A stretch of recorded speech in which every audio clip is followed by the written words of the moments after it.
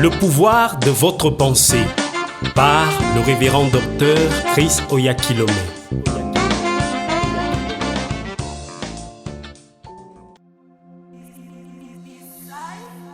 Chapitre 9. Ne vous inquiétez de rien.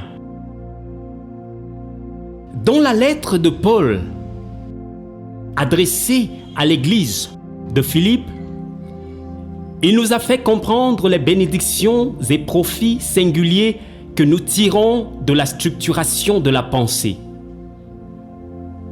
Il écrit à cet effet: Ne vous inquiétez de rien, mais en toute chose, faites connaître vos besoins à Dieu par des prières et des supplications avec des actions de grâce.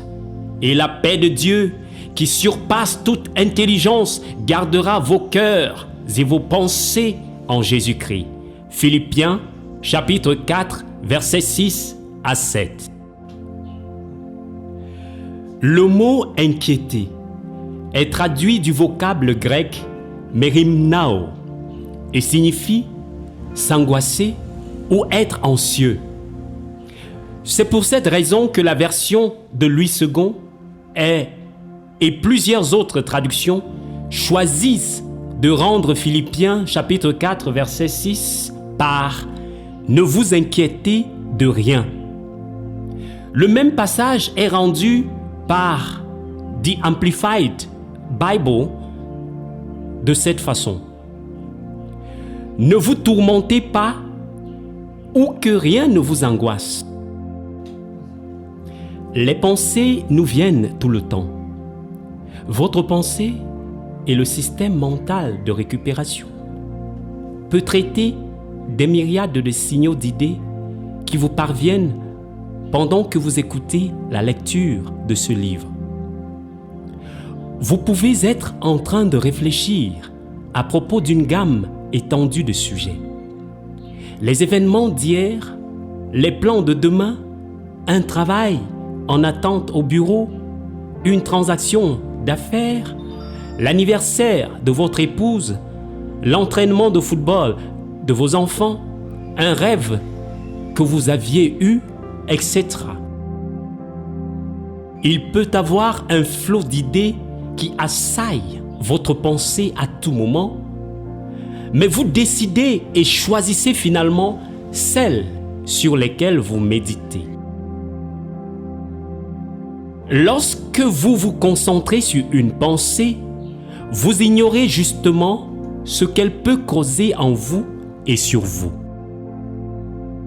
S'inquiéter signifie focaliser votre pensée sur un sujet au point où ce dernier devient une préoccupation.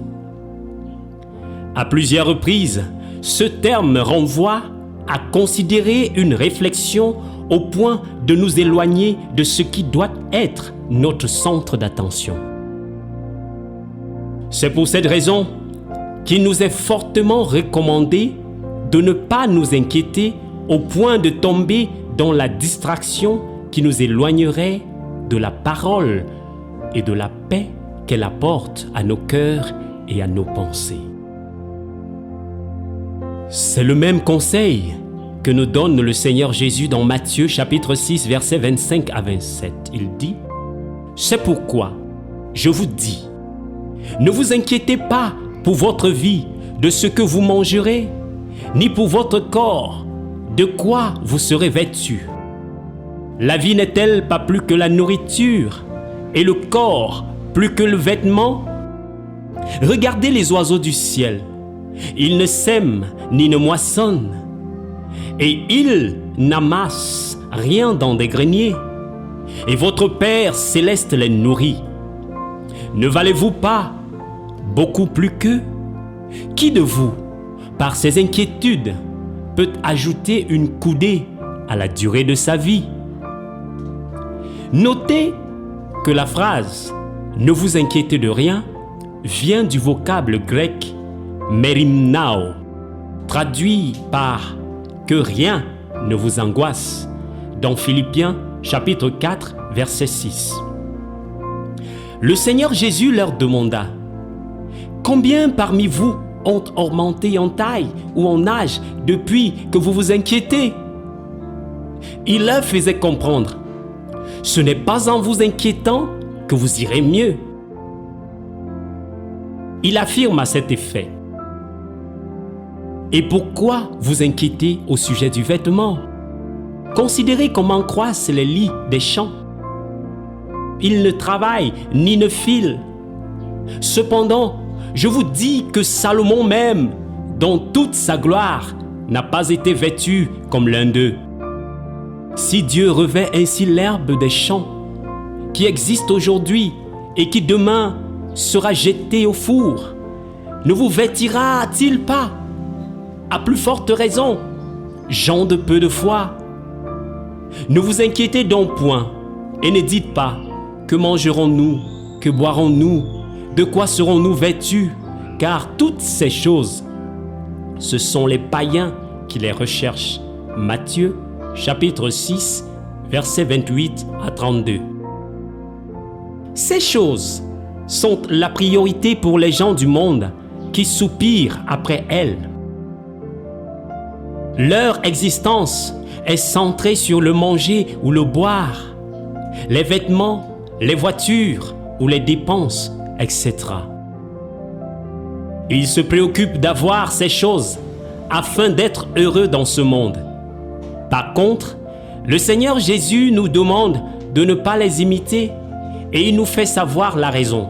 Il dit à cet effet, « Votre Père céleste sait que vous en avez besoin. » Matthieu chapitre 6 verset 32. En d'autres termes, ne vous souciez pas de ces choses, car votre Père sait que vous en avez besoin. Soyez semblables aux oiseaux du ciel qui ne s'inquiètent pas au sujet de leur alimentation et sont constamment nourris par notre Père céleste. Puis, dans le verset suivant, il nous montre ce qui devrait faire l'objet de notre attention. Dans Matthieu chapitre 6 verset 33, il dit « Cherchez premièrement le royaume et la justice de Dieu, et toutes ces choses vous seront données par-dessus. » Voir le royaume de Dieu établi et sa justice manifestée dans votre monde doit constituer la première et la plus importante réalité qui devrait vous tenir à cœur.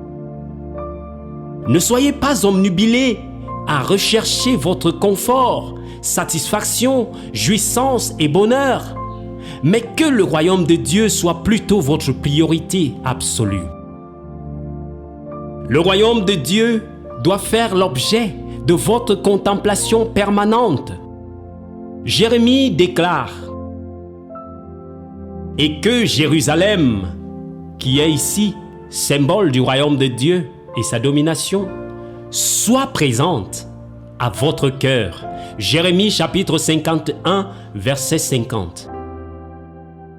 Puissent les choses spirituelles occuper la première place dans votre pensée.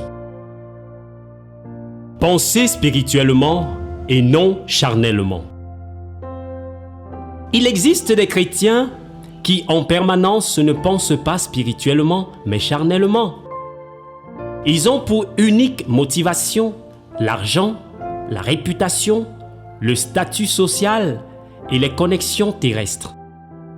Ils sont toujours préoccupés par la façon dont ils sont perçus par les autres. T.L. Osborne affirmait déjà que ceux qui se préoccupent de ce que l'on pense d'eux sont les esclaves des dernières personnes avec lesquelles ils ont parlé. Quoi de plus vrai? Car de pareilles personnes se retrouvent dans l'embarras en essayant de plaire aux autres. Ne vous acharnez pas à paraître bien aux yeux des autres. Au contraire, ayez le désir de plaire au Seigneur. Ne vous inquiétez de rien, mais en toute chose, faites connaître vos besoins à Dieu par des prières et supplications, avec des actions de grâce. Faites-lui connaître simplement vos besoins. Il est grand et sait tout concernant votre vie et votre futur. Si vous faites de ce principe votre mode de vie, vous comprendrez qu'il ne sert à rien de s'angoisser. Dieu soit loué. Un principe spirituel et un résultat assuré. Il est quelque chose à propos de cet avertissement de Philippiens, chapitre 4, versets 6 à 7, que je voudrais vous faire noter. Il s'accompagne d'une promesse. Ne vous inquiétez de rien, mais en toute chose, faites connaître vos besoins à Dieu par des prières et des supplications, avec des actions de grâce. Et la paix de Dieu, qui surpasse toute intelligence, gardera votre cœur et vos pensées en Jésus-Christ. Il est dit que la paix de Dieu, qui surpasse toute intelligence, veillera sur votre cœur et votre pensée. Nous sommes en présence d'un principe spirituel qui s'accompagne d'un résultat assuré à chaque fois que vous l'appliquerez. Il est important de comprendre cette loi spirituelle, tout comme n'importe quelle loi physique de pesanteur, d'électricité, de mécanique, de magnétique, etc. Lorsque vous comprenez ces lois spirituelles et agissez en conséquence, elles produisent des résultats tout comme les lois physiques. Le principe ici stipule que lorsque vous choisissez de ne pas vous soucier et que plutôt vous faites connaître vos besoins à Dieu par les prières et les supplications, avec des actions de grâce, la paix de Dieu garde votre cœur et votre pensée. La parole de Dieu est sa sagesse. Ce sont ses pensées revêtues dans du vocabulaire. Lorsque vous apprenez à réfléchir comme Dieu en vous appuyant sur sa parole, vous parviendrez alors au niveau où vous expérimentez la vie surnaturelle sans effort. Vous pouvez dès à présent comprendre pourquoi Jésus nous a dit « Ne vous inquiétez de rien ». La raison en est que, peu importe la situation, il y aura toujours des lois spirituelles pour vous remettre à flot. Même lorsque les ennuis surviennent et que vous vous sentez oppressé au niveau de votre pensée, dites « Non, je refuse d'être préoccupé ou anxieux au nom de Jésus. Je déclare que je suis un succès. Gloire à Dieu. » L'un des avantages de la structuration de la pensée d'une manière adéquate à la parole de Dieu est qu'elle permet d'avoir un cœur et une pensée remplis de paix et dépourvus d'anxiété.